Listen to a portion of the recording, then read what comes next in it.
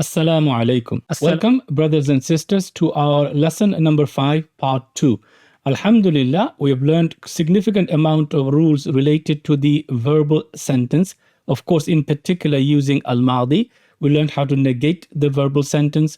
We also learned how to put certainty in the verbal sentence, as well as making the meaning in the near past. We also learned how to use it to give the meaning of the future, as well as, of course, dua. The thing that is left is to study the verbal sentence or al-madi verb in the distant past. So this is going to be the main part of this lesson, or this part of the video, lesson number 5, part 2 video, inshallah ta'ala. We're going to look at how to put the Maadi into the distant past, and we will look at some examples from the Qur'an and Hadith, inshallah ta'ala, in the remaining part of the video. So let us begin with the blessed name of Allah. Bismillahir Rahmanir Rahim. Making dua. Rabbi zidni ilma. O my Lord, increase me in knowledge. The sentences that I've written on the screen will help us review everything we've learned so far.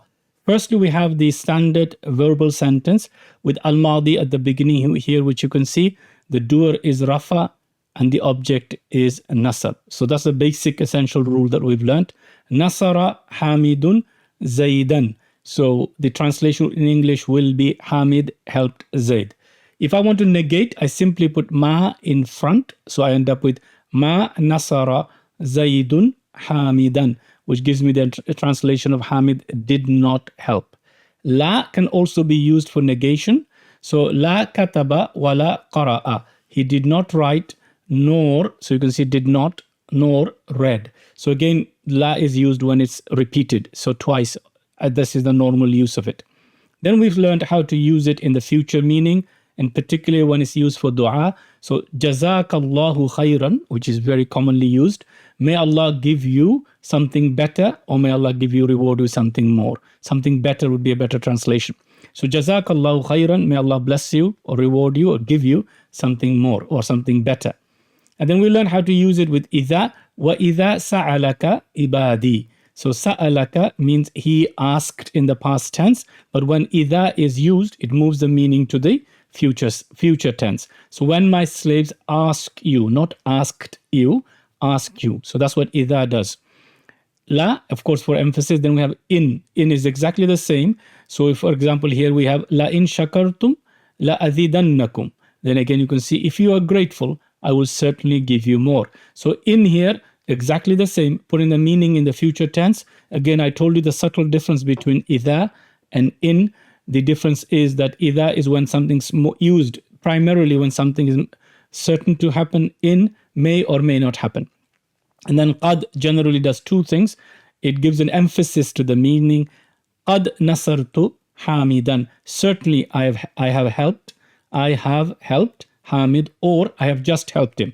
That kind of meaning. So qad is a particle, idha is a harf, qad is a harf, la is a harf, ma is used also for a particle of negation. So these are some common additions with which we can modify the meaning of al-madi, and you'll see them very, very commonly used in the Qur'an. So please make a note of this. And alhamdulillah, we have covered most of the rules that we needed to cover as far as using verbal sentences with al-madi is concerned. Using kana with al-madi. Kana, past tense, yakunu, present and future tense, is a very, very important verb. We've used kana already with jumla ismiya in some of the lessons in book 1. What it is known as in Arabic grammar is known as a defective verb. Okay, defective verb. And now it's a special category of verbs and that are considered to be incomplete. So when they're used very powerfully in the language, but the meaning is not fully complete. It doesn't really give us a detail of an action or a state of being. So we need something additional to complete the meaning. So when it is used to a jumla ismiya, for example, it acts as a helper verb, which modifies the time frame of the sentence. So kana is used with jumla ismiya. We've seen, I'll show you one or two examples, inshallah, to put the meaning more of in the past tense. And they do not really denote an action being performed by the subject. Instead, they describe a state. So for example, kana is he was, but what was he? So you need something more in addition. So that's why they're called af'alul naqisa. Af'alul naqisa, the defective verbs. We are going to have a dedicated lesson which is going to come across again and again, inshallah, in our study, because this root is used almost 1400 times in the Qur'an. And when you note that there are only 600 pages, so on every page you will find at least 2, if not more, on the average per page of a verb that is derived from kaf, waw, noon, which is the root of the verb kana, yakunu. So don't worry about it. We're going to have a dedicated lesson, and it's quite important, without which we cannot make significant progress. But inshallah, we'll do that after we've studied the standard Maadi, Mudara, and Amr. We will look at weak verbs at that state. But for now, please note, number 1 is used with Jumla Ismiya, and number 2, its use with al-madi. And this is what we're going to be doing in this lesson, inshallah ta'ala. So as a review for what we used it for with Jumla Ismiya, please note this is a Jumla Ismiya because it begins with an ism. Okay, Mubtada and Khabar, the 2 parts. Again, I'm hoping you're very familiar with this. Ar-rajulu karimun. And I'm sure you note that this is Rafa and this is also Rafa. So we have Ar-rajulu karimun, and this is definite and this is indefinite. And of course, the gender and the number is matching. So we have a sentence here. The man is generous. The man is generous. The man is noble. Now, this meaning, if I were to say that on its own in English, you will understand as a state, meaning he is at this moment, or he is known for his generosity. He is generous. But if I want to say the man was generous in a Jumla Ismiya, what I would do is I would put Kana in the front. Kana. So what is Kana? Kana is a fi'lun naqisun, a defective verb. What does it do? Well, when we put that in front, again, I'm emphasizing the fact that I'm talking about Jumla Ismiya at this stage. Kana ar-rajulu. So rajulu is, as you can see, Rafa, and this is also Rafa. Karimun is Rafa. That's easy for you now, inshallah ta'ala. But when kana is used, it makes some changes to the structure of the sentence. We cannot now no longer call this mubtada or khabar. We have to call it ismu kana and khabaru kana. Why? Khabaru kana is mansoob, nasab.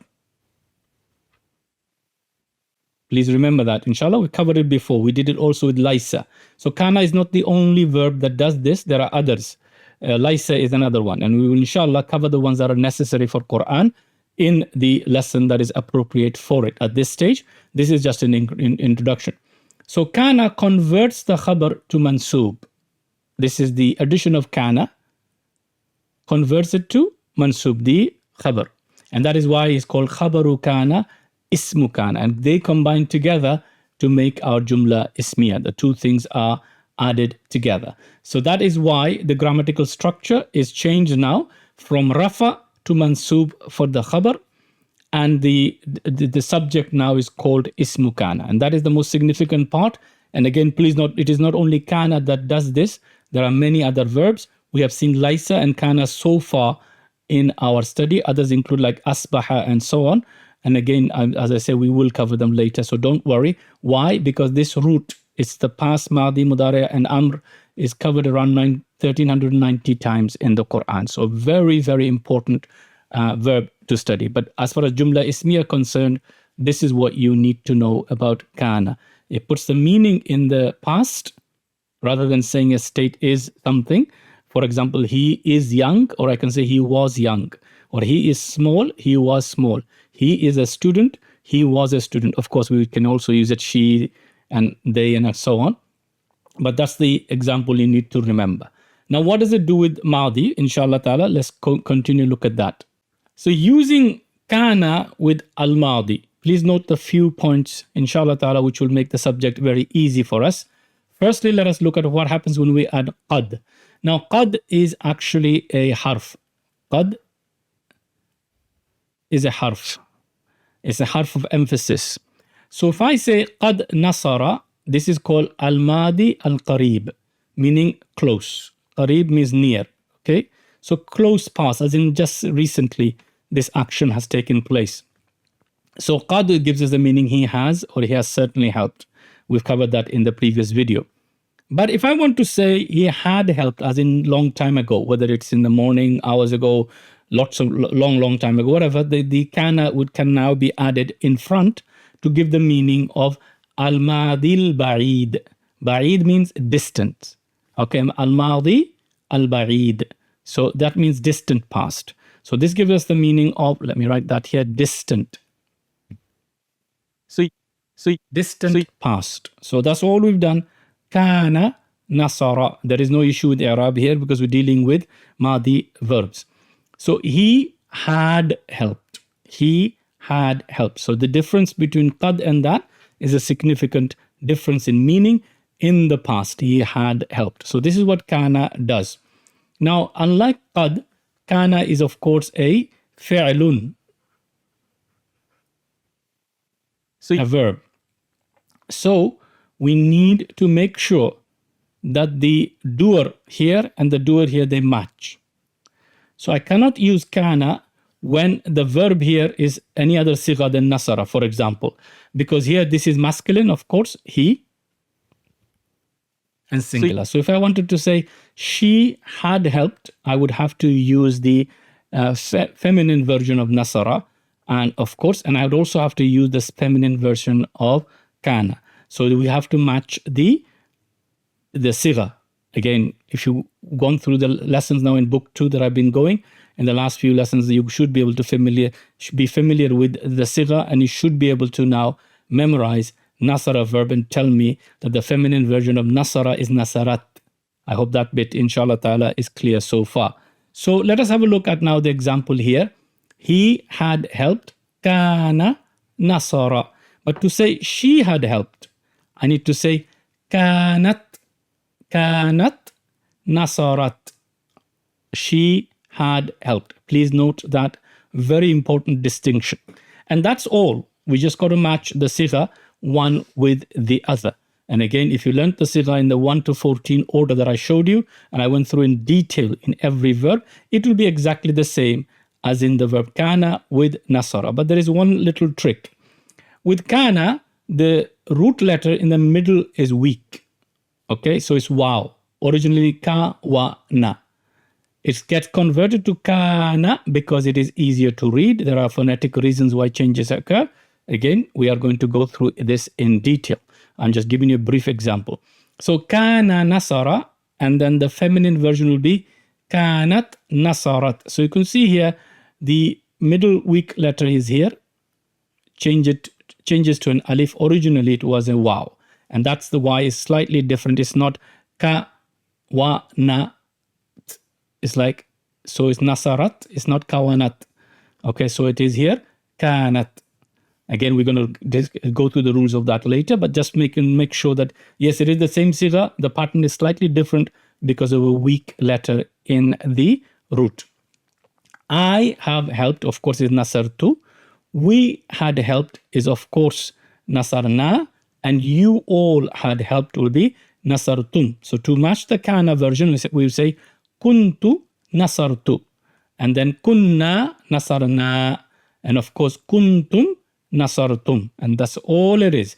Again, don't worry. Inshallah ta'ala, you are going to learn all of these in the forthcoming lessons when we deal with this topic in detail. But for now, just note that the kana conjugates like so. And if you have time, inshallah, do rewrite these until you have memorized them. As I said, this verb, kaf, wa, nun, root, yielding, kana, yakunu in the present tense, and kun in the command form is used in the Qur'an almost 1400 times. So it's very important. I'm only giving you the Maadi at this stage. So you have kana, kana, kanu. Again, you should be able to work out is huwa, huma, hum.